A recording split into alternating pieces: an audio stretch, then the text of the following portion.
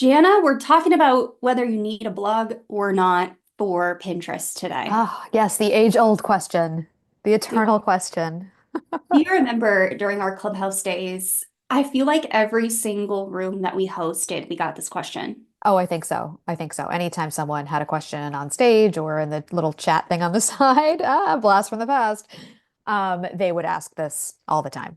Yeah. And when I did more like top of funnel rooms in other clubs where people were really new to Pinterest, it was like you could absolutely set your clock to it. It would be like within the first 10 minutes. 100%.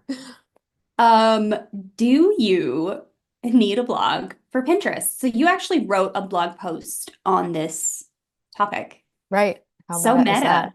Right? I'm actually gonna go pull it up because you sent it to me in WhatsApp and I meant to pull it up Okay. sooner. Um, Yeah. but I guess where do we want to start off with this conversation? Do we want to answer it right away so people just leave immediately after they get their answer, or do we want to hash it out? Well, I mean, I feel like there's two different ways I could answer this question, and they would both be in integrity and they would both be satisfying to the listeners, I think. But, there's kind of like a short answer to the question, in my opinion. Yeah. And then there's, the discussion about it. And even if you get the short answer, you still kind of want to hear about why the answer is the answer. So I don't think anyone who hears our short answer will bounce. I think that they'll probably still want to understand whether they need a blog for Pinterest because the short answer is basically like a generalized answer for just anyone who's listening and anyone in general.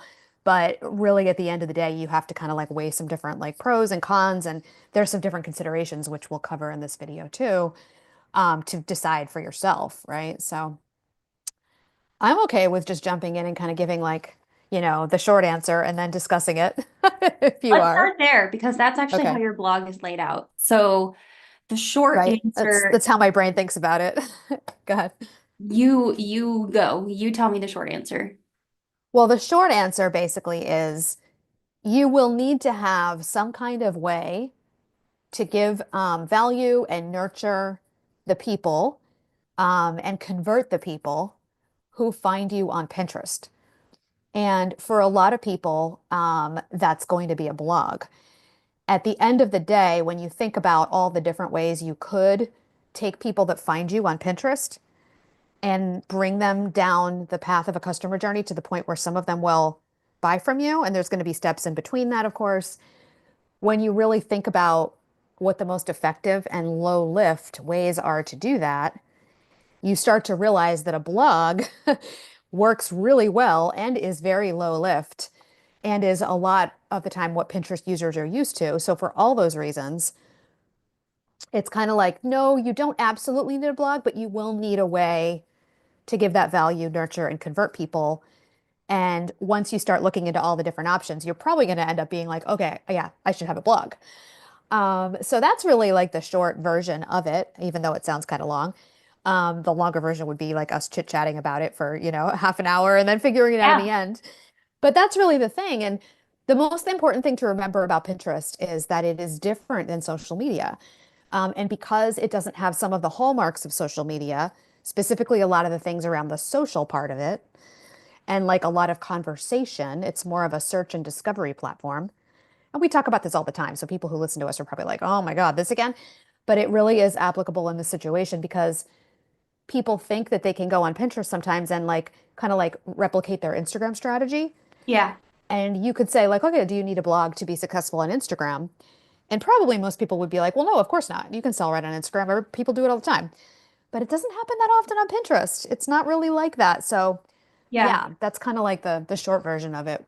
What are your thoughts? Do you feel like I missed any points that kind of answer the question pointedly before we dig into why we think all this is true? No, I think your opinion is my opinion.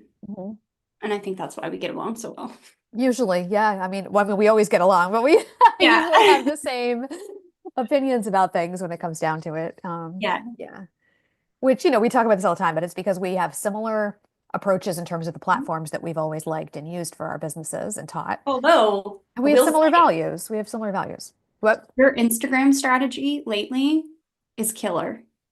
It's funny. I don't know that the strategy is killer. I mean, it looks good, but Well, whatever you're Um, doing, I am loving it yeah. and I'm Oh, that's taking great. note Oh, because I love that. I've Okay. been posting more on Instagram lately too, and I'm trying to make it easier. And I love the way that you're going about it. It's just so Thanks. easy. It looks like, I don't know. Anyways, we can talk about that later, but Yeah, yeah, we could have a whole other conversation about that actually, because I don't know if it's really working, but Instagram isn't a huge priority for me, so I'm kind of yeah, like just doing it to do it. neither is it for me. Um, and I do think it does serve my business in some ways, but I don't pay super close attention to it. So, Well, I guess we could chit chat about that just briefly before we go into the reasons why I think that you need a blog for Pinterest. okay, I think even e-commerce sellers using Pinterest should have a blog. absolutely. So the purpose, so this is where I want to start. The purpose of Pinterest for most Pinterest users is a source of inspiration, ideation, planning. Like they are not necessarily always ready to buy and take action when they find something on Pinterest. So Right. let's say you're an e-commerce seller and you're trying to sell luxury leather bags and they're $2,000 each and you handmade them, like they're hand stitched in Italy or whatever. I'm not going to be ready to buy a $2,000 bag the second I find it. Now, that doesn't mean Right. I can't afford it. It just Mhm. means that I'm not ready to buy it yet. So I Right. need to do some research. This is where we think about the customer journey in general, no matter what platform you're using. And the um the way that it fits into Pinterest is the reason why a blog would be so beneficial to most users, especially e-commerce too. Yeah. Because somebody might be looking for a hand-stitched luxury leather bag made in Italy, but they don't know why they should buy that one over Mhm. something they found on Temu. And that's where a blog gives you space to explain it. Now, you might be asking yourself, Mhm. couldn't I just do that on a sales page? Can I just do that on my shop listings? Mm. No, not Yeah. generally.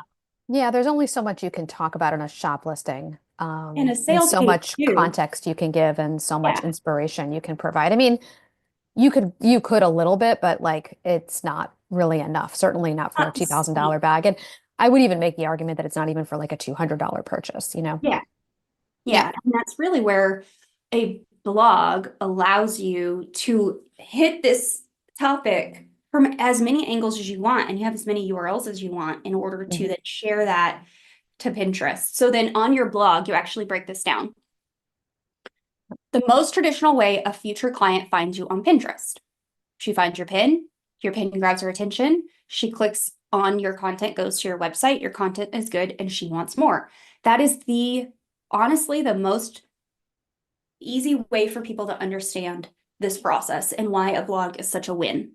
Yep. Yeah. Yeah. And in my blog post about this, I go into more detail on each of those 5 steps, Mhm. basically. But that's the thing. And we've talked about this before, like, I'm sorry, Pinterest can catch people at different stages of the customer journey.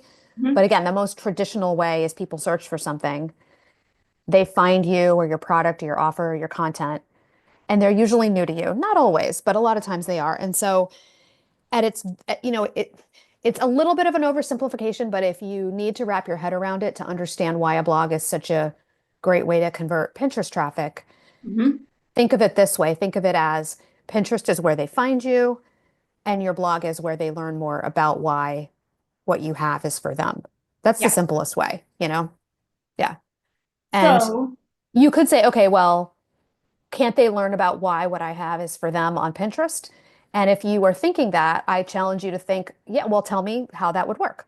Like, really think about it from your customer's perspective. How are they going to do that? Are they going to go to your boards and see more pins of your products? Probably. Are they going to go mhm. to your profile and maybe read a little bit about you that tells them about your values, maybe shows your little face because you're the person that made the bag? Mhm. Yes. But is that enough, really? Is that going to be enough to spend $200 on that bag? There Yeah. are so many questions they have about that bag and so many things you can tell them to add to the value that they're not even thinking about right now. Yeah. Like why it's going to be so great to travel with, why it's going to go with every outfit you have, why, there's so many things they don't know that you can't really tell them right on Pinterest. Yep. Right. And that's where a blog gives you the space to make your case. Yep. Also allows you to capture the attention in so many different ways Mhm. because okay, let's say you're a health coach because this is your field, right? You are coaching health coaches. Yep. Um, More coaches than just health coaches, but generally speaking, that's where your expertise has been for years. Yeah, that's one of my target audiences. Yep. Yeah, so the same with like a health coaching program. I don't Mhm. necessarily know that you're going to be a good fit for me just because I read your sales page on your health coaching program. Now, this is not to say you shouldn't pin pins to your sales page. You should.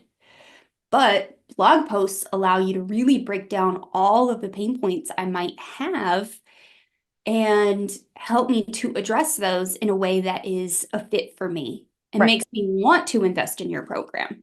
Right. Exactly. And the program that I teach now, high leverage content, which is my signature program for coaches and service providers who want to have a blog that converts clients, is exactly built around this idea, right? I mean, I literally built it around the idea of we're going to write a small but mighty capsule library of blog posts, anywhere between 12 and 20, that literally show your future clients who maybe just found you for the first time, or Yep. maybe they're somewhere else in the journey, all the things that they need to learn and hear and understand more deeply to be ready to buy from you. And so Yeah. if you think about it that way, and if you're someone that follows me and that resonates with you, now think about trying to tell them all those things on Pinterest. You know what I mean? Like, no, not really. Yeah. Again, like you said, is it completely out of the question for someone to Google PCOS remedies and find your pin and go to your sales page and be like, oh my God, there's a health coaching program out there specifically for women with PCOS. They're starting around in 3 weeks. Hmm. I'm going to join. No, obviously, like that is possible. Hmm. But generally speaking, at an investment like that, let's say your program is a group program and it's $2,500 for a year's access or something like that, there are more things that they need to learn and hear and understand more deeply to be ready to buy.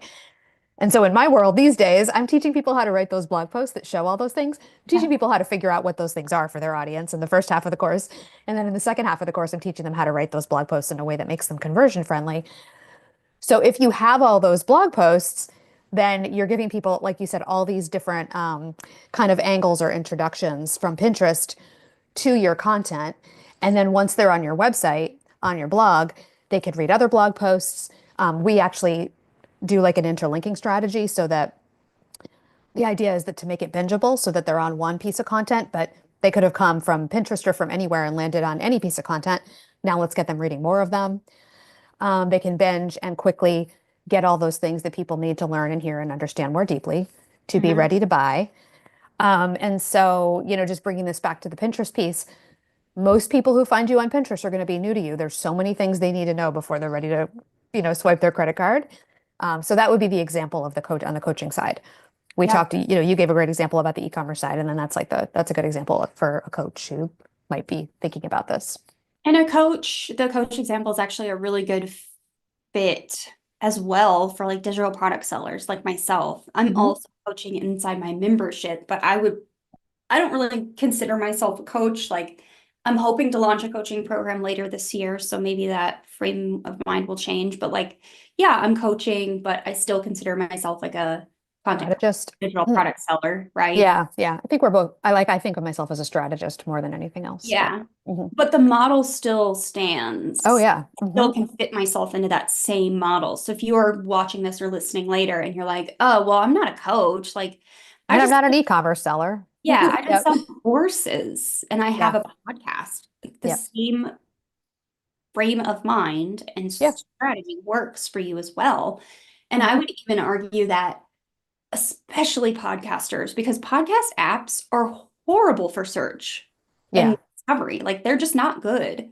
So unless you have an email list where you're really getting people to your podcast every single week and Hmm. you've trained your user to download your podcast automatically so they just show up in their app, Yep. you really need a way to get new user or new listeners to your podcast, and a blog with those podcast episodes is a fantastic way to do this. Yep. Yep. And that actually really is show notes, to be clear. Like Yeah, people do it differently, but there's different most methodologies. right, most podcasters do show notes, But it's basically a blog and it's functionally on their website as a as a blog, blog. right? Yeah. And then some podcasters actually just call it a blog. They don't even bother Yeah. saying here are the show notes. They just like they have a blog post that corresponds to every episode or most episodes. So that's kind of Those like what are you do with your YouTube channel, actually. exactly. Yeah. So Hmm. for the YouTubers listening, it's the same philosophy. And you might be asking Hmm. yourself if you're a YouTuber, why would I publish my YouTube video as a blog post? Well, I can tell you one of the number one reasons my YouTube channel has grown and I've gotten consistent traffic to my website over the years is because I have a YouTube video and a blog. And in Hmm. most instances, because of my niche, I rank on page one for both. Yep. Which That gives means you're me, taking up 2 spots in the top 10 or whatever, yeah. which is pretty cool. Yeah. And I have seen in some instances where I have three spots in the top Hmm. 10. I have Yep. two blog posts or a blog post, a sales page, and a YouTube video or a lead magnet landing page or something of that nature. So that is like one argument. Google is not posting Apple and Spotify podcasts in the search results. They're posting YouTube videos in the search results, though. Hmm. Yeah. Yeah. Yep. All right. So, There's a few things I think we should address when it comes to thinking about whether you need a blog for Pinterest. yeah. The first one is for a while there, back in the 2020s. Wait, are we Mhm. still in the 2020s? We Whatever, the are. early 2020s, during the Clubhouse era, really, Heather and my Clubhouse era, when idea pins were all the rage on Pinterest. So, but just for people who don't know their history, Pinterest introduced idea pins, which were kind of like its answer to like reels and stories. And for a while, they really pushed those idea pins, and then eventually, because it just wasn't really kind of taking the way they thought it was, at least that's my assessment of why they ended up removing them. They sort of like got rid of idea pins. In reality, they didn't really get rid of idea pins because those days where they were building all this cool functionality into your pin builder brought us things like being able to add text overlay and stickers and graphics and multiple pieces of media in one pin. And all of that is still there. It You can is. still add all of that stuff, and some people do. And so my point is the idea pins, even though they're gone, they left a legacy on Pinterest where now you can build more comprehensive content right on the platform. Mhm. And even like if you look at the places where you can put copy and text and things like that, it's more robust than it was back in the day before the idea pins came and kind of left that legacy. Yeah. So sometimes people do think that they can create content right on the platform and sell from the platform. And I'm not going to say it's impossible. I think that the legacy that the idea pins left made that more possible. Mhm. You know, you can, depending on your goals of your business and your niche and things like that, it is possible that you can create more comprehensive content directly on the platform. Yeah. But I come back to this question of like, why? Why would you do that instead of just starting a blog? And I think Exactly. a lot of people are afraid of blogs because they think that they're going to be, really time intensive and really hard to do and all that kind of stuff. And that's a whole nother conversation for another day. We actually have done videos about why that's not true, why you can have a simple blog for your business, and it doesn't have to be time consuming and it doesn't have to be have all the bells and whistles of like a food blogger's recipe blog or something like that.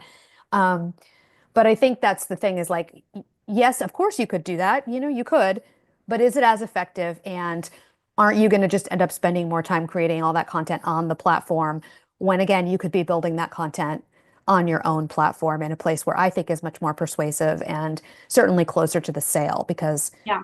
your sales pages and your products and things like that are on your own website. So that's one thing. I don't know. What do you think that, and the reason I'm thinking of this is because I used to say when idea pins were active and we were really encouraging people to create them, I used to think of them in some ways as an alternative to having long form content off the site. I mean, off of the platform, off of Pinterest. I don't feel that way anymore. And I think part of it is because Pinterest isn't really pushing that type of pin anymore. So it's not the party line that we're towing anymore. But I don't know. Yeah. Anything you want to add to that in terms of the history of it or anything? Um, no, and this is one of those situations which is, albeit rare, I don't necessarily agree with you on that topic. So this is great. Hmm. Oh my God, Here, we found ding, something ding, we ding, don't ding, agree on. ding. Where's the confetti? I I have always thought that long form content off the platform, even during idea pins. Oh, so we don't really disagree. You're just saying that like you were, you never really drank the Kool-Aid. I just hated Excuse me. trying to boil down like a 2,000 word blog post into 10 or 20 slides. Yeah. Hmm. That is just impossible for my brain to figure out. And we didn't Hmm. have ChatGPT back then. Right.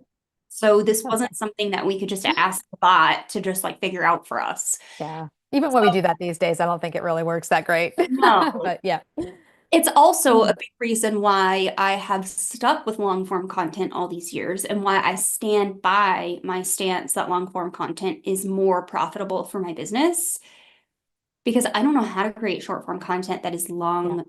like long serving. Um, Yeah.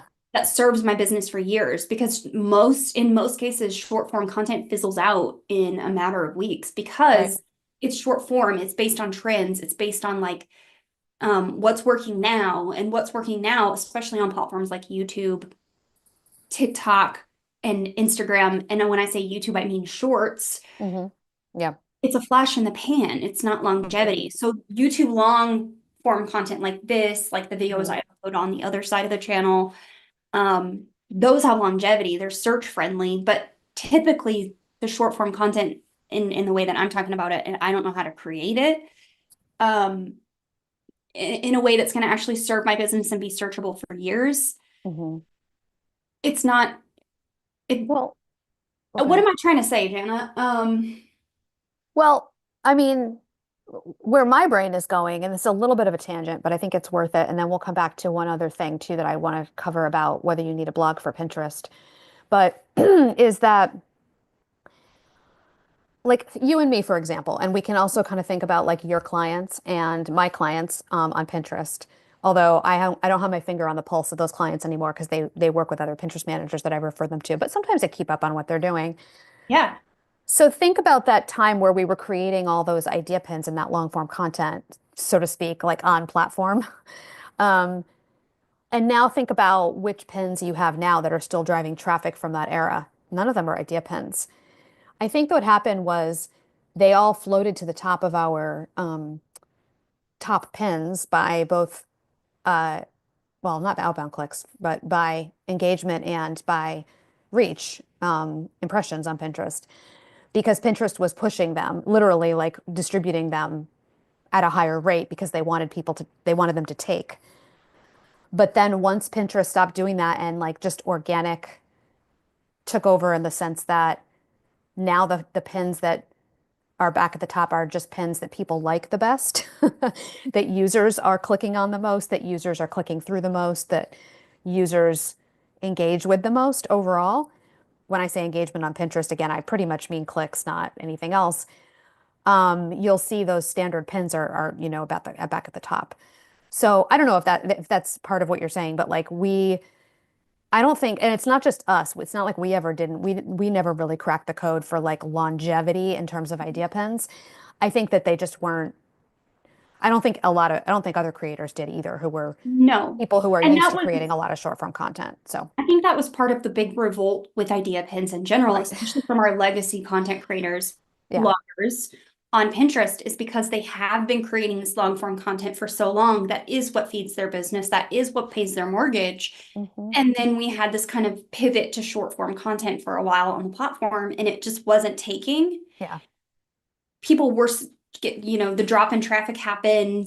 The conversions dropped. I mean, granted, they were paying people for a short period of time in the creator program to create these pins, but like in the grand scheme of things, why I think you need a blog is because of the sustainability in your income and your Hmm. business. Yeah. Short form content for me has never done that. Yeah. And it's just not the way that my brain works. So if you are Hmm. also a person where you don't want to have to be beholden to scrolling on your phone to find cute trending audios on Instagram, then Hmm. a blog is probably a really good place for you. Oh, yeah. Yep. For sure. And even people who don't think of themselves initially as someone who would write a blog post, like you don't have to identify as like a blogger or a good writer or anything like that to be able to write blogs the way I teach people to do it. Um, again, you just identify the things that your audience needs from you and your content to be ready to buy. And I teach you how to do that. I'm not saying like, oh, just do that. It's so easy. You don't need me. Like It. it's a process. I'm not saying it's like, You should know how to just do it do that. already. Right, exactly. But I'm just saying like once you do that and then you systematically create that library of content, Mhm. and you do it in a simple way, and you count on your words to convert. You don't worry about, widgets and formatting and all these things that, people think of when they think of bloggers, affiliate links and all that stuff. Anyway, I'm on a tangent, but yeah, exactly. It's like there's kind of two, like you've kind of zoomed out and you've said, yes, you need a blog for Pinterest, and yes, you need a blog for your business, and those two things are very linked for a lot of people in your environment because Pinterest is a big part of their business and a big part of their visibility strategy and yours too, personally.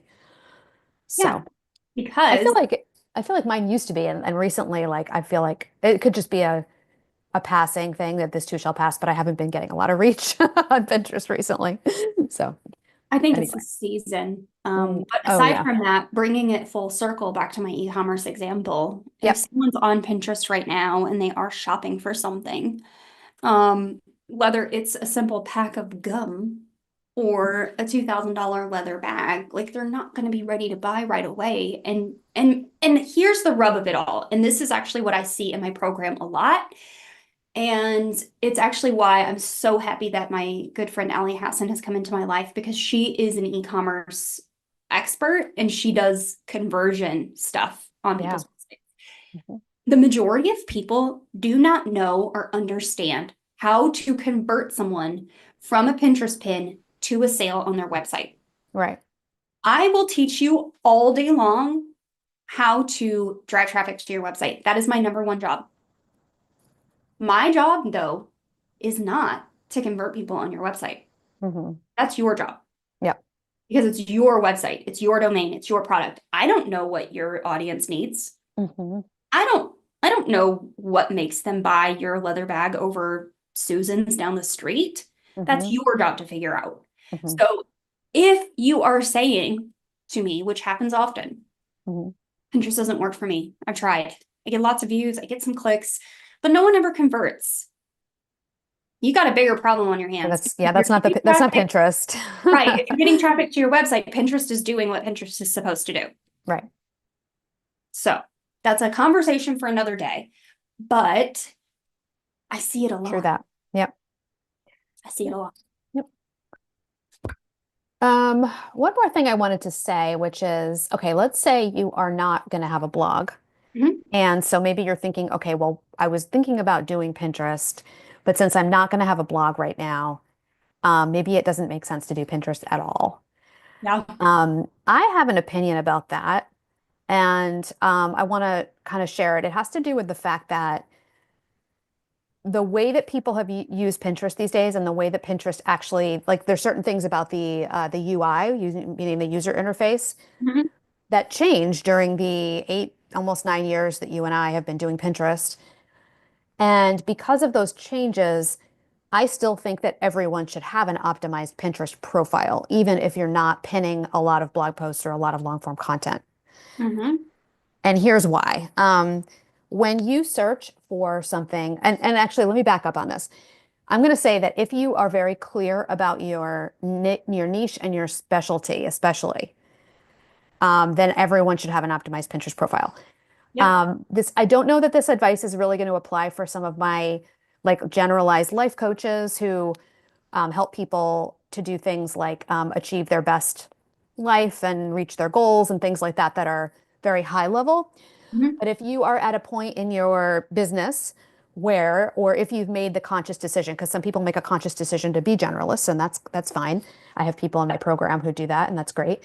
But if you are very specialized or very niched, 110%, I think you should have an optimized Pinterest profile because when people search for specific things on Pinterest, Pinterest now not only shows them things they could search for and pins, but it also shows them profiles in that drop down in the search bar. So if you do have something specific that you teach about or coach around or help with through your course or whatnot, or your services are very niched, and there's a keyword especially that matches up that's being searched a lot on Pinterest that matches up with what you do, I still think you should optimize your profile. I do too. Um, so I have people come into my course, Pinterest with Purpose, and they just optimize their Pinterest profile. And then they learn about what would be needed to create pins. And they decide not to create pins right now. Usually it's because they realize, oh, I don't have a blog. But they still are happy they optimize their profile and they still get found sometimes by people on Pinterest just because their profile gets found.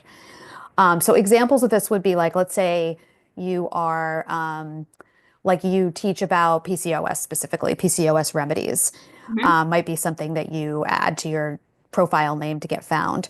Or my client Lisa from years ago always is a great example of this because she specializes in helping patients with Lyme disease. And people search, believe it or not, people search for Lyme disease and the certain symptoms that are associated with them. And she gets found still, even though she's not pinning anymore, because she's got an optimized profile that has that information in the profile name. So in that case, I would say you should still optimize your profile. And I know you teach how to do that in the membership too. So if people are listening and they're thinking, oh, if I don't have a blog, it doesn't make sense to even begin Pinterest. I don't agree. I think you should jump into my course or your membership, Heather. And this is sounding like I'm trying to, necessarily sell that. And that's not really my intention here. I'm really just trying to point out to people that it's probably worth your time to optimize your Pinterest profile, Yeah. even if you don't have a blog and you're not going to be doing a lot of pinning. Yeah. Um, and both of us do teach that inside those programs too, of course. So anyway, what are your thoughts on that? If someone just wants to come in and learn how to optimize their profile, do you feel like that's a good Mhm. use of your membership, or Yeah. what do you think? I do. And the reason why I do goes back to this philosophy I have of parking your content on Pinterest. Hmm. So even if you don't continue to keep up with a Pinterest marketing strategy and you do like an initial build, Hmm. what I would suggest doing is taking your core products that you sell all the time, your core blog posts, podcasts, YouTube videos that you promote and talk about, and that are good conversions for you. Hmm. You used to talk about this a lot on Clubhouse, Hmm. sending people to your best conversion source, Yes. Hmm.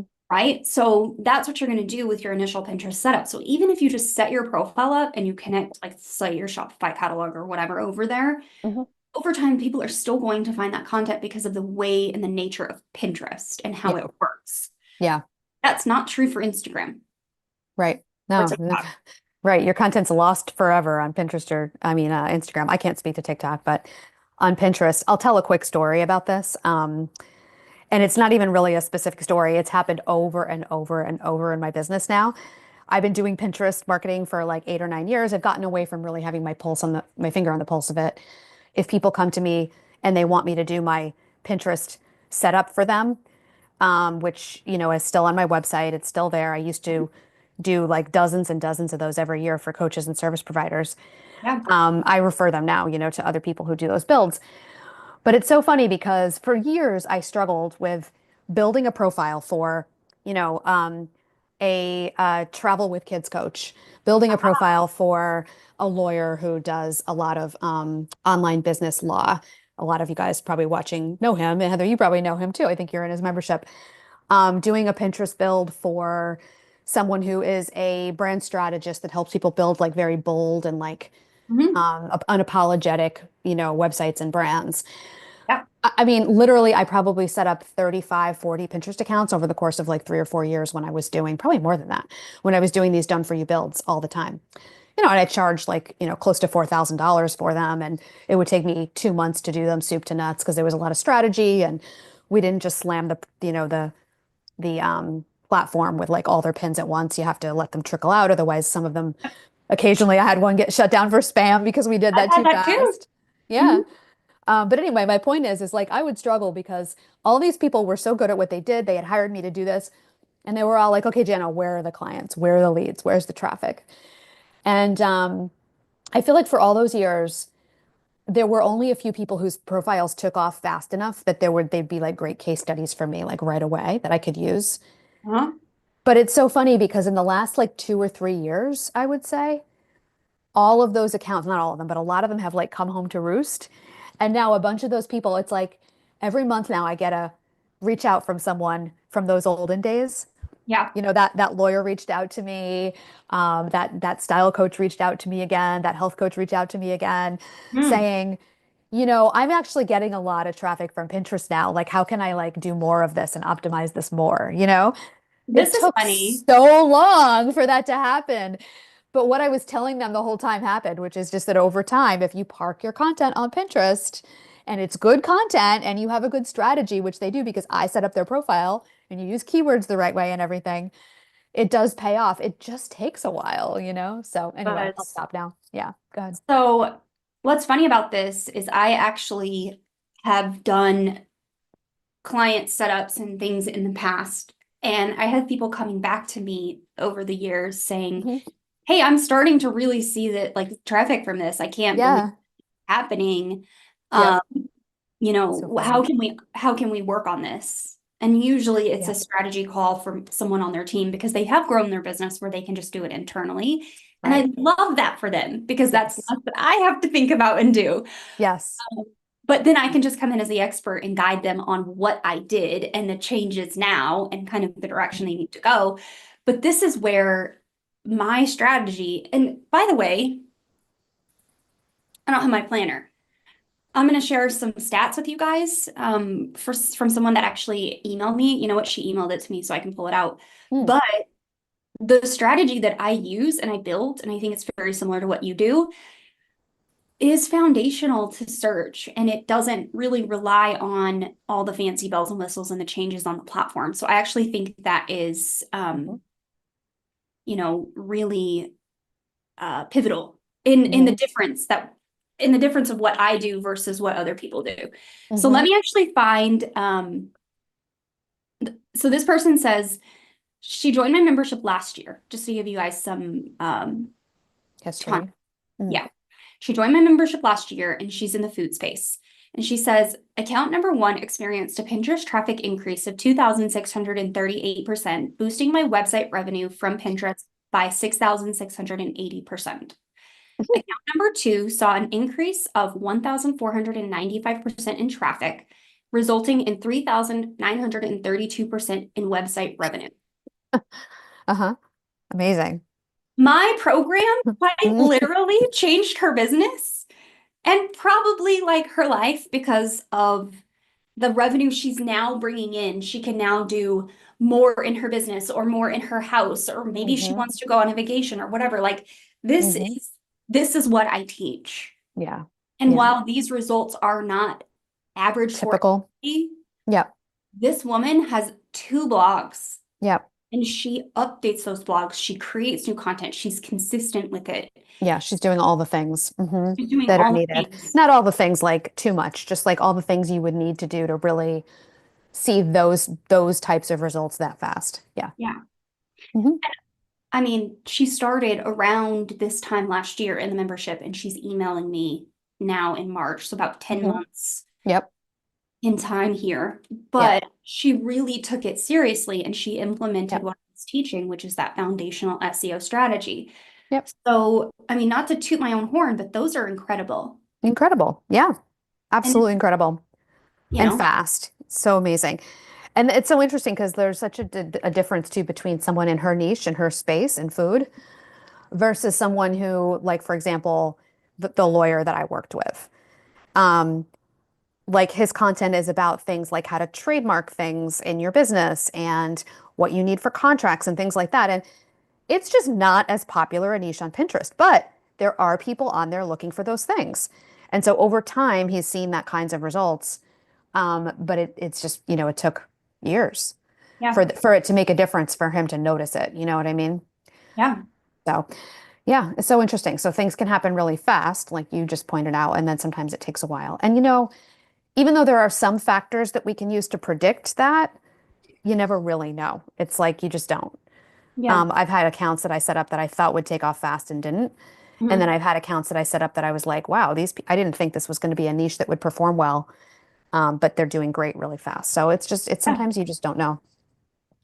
Yeah, and I mean, I have those surprises as well. And I'll be working with one of my students to get a testimonial soon because she's in a space where she's doing some coaching for people starting cleaning businesses. And she just took Mm, what I was teaching, very cool. implemented it, and just grew. Yeah. And the bright spot for her was like how many people she was getting on her email list. Yeah. which is generally for most people on Pinterest Their difficult. goal. Yes. It's their Yes. goal, but it's Yeah. difficult. Yeah. Especially people who I serve for sure, coaches and service providers, like it was kind of a red flag for me if someone came to me and said, I want to pay you $4,000 to set up my Pinterest profile. And my main goal is for people to go to my sales page and buy my $5,000 offer. Yeah, So I'd either have to talk to them about that or be like, maybe this isn't a good fit. But if mhm, they said, honestly, I really just want more traffic to the pages on my website that I know grow my email list, and I want my email list to grow from this, I'd be like, great. we can do Yeah, that. we can do that. And if Assuming they had, other things lined up too that qualified them for the investment. so, a couple of things before we close out this conversation, because we could definitely sit here all day and talk about it. Mhm. A couple of things that I think people should do with their blog as Mhm. they are creating, Pinterest strategy is you want to make your website friendly for Pinterest pinners. Right. Because pinners definitely behave slightly differently than Instagram users, for example. Not that very many people are getting Instagram traffic to their websites, but you want to you do want to do a bit of formatting and it's very basic, but like add a Pinterest image into your blog post for people to save it. Like that's the very least you could do. Because pinners do want to save your content for later, especially if it's a recipe and they're like, oh, this is really good. Mhm. Like I need to save this to my board. You want them to be able to easily identify your pin and your website that they just saved, this blog post, over everyone else's. If you both have a chicken parmesan recipe image and they look exactly the same, but they loved yours and they hated Susan's, Mhm. then you don't want them to keep clicking on Susan's and sending Susan all this traffic. You want them to know that it's yours. So Right. let's do some basics. Add some sharing buttons. I actually posted a YouTube video on this yesterday. Add some Pinterest pins or really nice graphics identifying who you are. So like add your logo or your brand name on there so they can see, oh, okay, this was janasrecipe.com. And I really like janasrecipe.com and that chicken parmesan was so good. Let me save this image. Jana's like, I'm not a cook. But like you can do some little things. I also want you to just like add an opt-in box to your blog post, please. Like make sure people have the ability to That I actually can get on board with right away. Yes. they Yes. can actually like put their email address in and like join Hmm. your Yeah. email list or get a lead magnet of some sort. Yep. Those are really like the 2/2.5 things you can do really to optimize your blogs for Pinterest. Hmm. There are other things that you can do, obviously, but you don't need to be fancy. You don't need a lot of formatting. You don't need a Hmm. lot of images in Hmm. a lot of cases. Depends on your niche. If Yeah, it really you're a food does. grader, you Yeah. probably do need a lot of images. If you're selling bags, you probably do need a lot of images. Right. Um, but in a lot of cases, you don't have to have a ton of images and stock photos in your blogs. Yeah. No, definitely. So Yeah. let's put a Pinterest image in there. Let's put an email form in there at the very minimum. Yep. Yeah, I agree with the email form. For the people in like high leverage content who are creating blog posts that help people convert, they sometimes ask me about graphics for Pinterest if they're doing Pinterest. And I'm kind of on the fence about it because I don't like to add extra stuff for Mhm. them. So it kind of depends for me on like some factors about their business that I ask about, including like if they're getting Yeah. traffic from other places. Um, but for the people you mentioned, the definitely for the lasagna person, the food bloggers, and if you're selling bags, like you need DIY, images. Yeah, our like people. you need images for if you're in the food or e-commerce space. People want to know what they're buying. People want to know what it's supposed to look like when they cook it. Yeah. Um, in for my like coaches and service providers, again, it kind of depends. Like the brand strategists, the web designers probably need some images. Yeah. Hmm.